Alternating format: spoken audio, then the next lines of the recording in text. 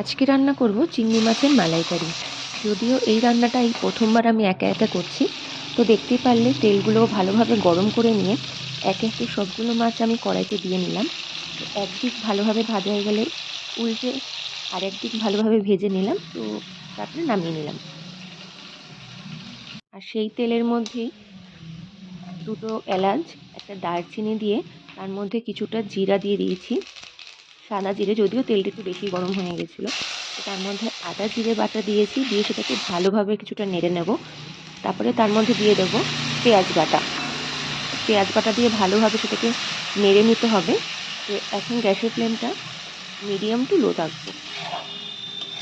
একটু ভালোভাবে সেটাকে মিশিয়ে নিলাম।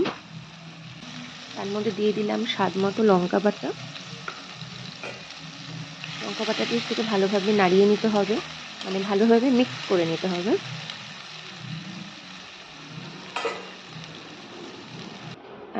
তারপরে এর মধ্যে দিয়ে দেবো টমেটো বাটা। একটা টমেটো বাটা দিয়েছি, এটাকে ভালোভাবে নেড়ে নিলাম।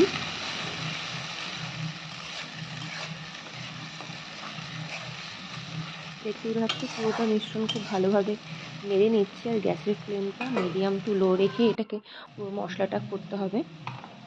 তো এতে আস্তে আস্তে এতে পরপর দিয়ে দিলাম হচ্ছে স্বাদ মতো নুন, হলুদ গুঁড়ো, জিরে গুঁড়ো,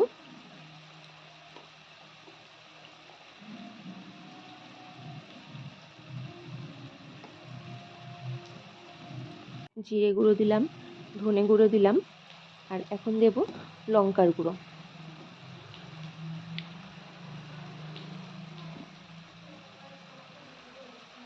অ্যাকচুয়ালি এক হাতে ফোন ধরে ভিডিও করছি, তো তাই আমার মশলাগুলো দিতে একটু বেশি টাইম লেগে যাচ্ছিলো। যাই হোক, তো সব মশলা দিয়ে এটাকে ভালোভাবে মিক্স করে নাড়িয়ে নিতে হবে কড়াইতে, দিয়ে মশলাটাকে ভালোভাবে কষিয়ে নিতে হবে। দেখতেই পাচ্ছি ভালোভাবে মশলাটা কষিয়ে নিচ্ছি আমি কড়াইতে একসাথে মিক্স করে।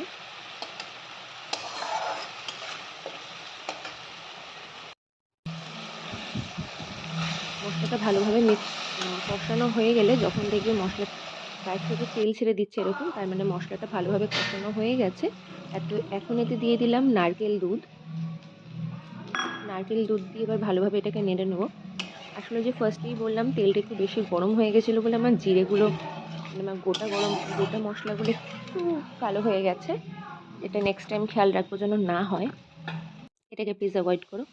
অ্যান্ড ভালোভাবে এটাকে নাড়াচাড়া করে নেবো। যখন একটু ফুটবে, মানে ফোটা শুরু হবে মিশ্রণটা, তার মধ্যে দিয়ে দেবো এক এক করে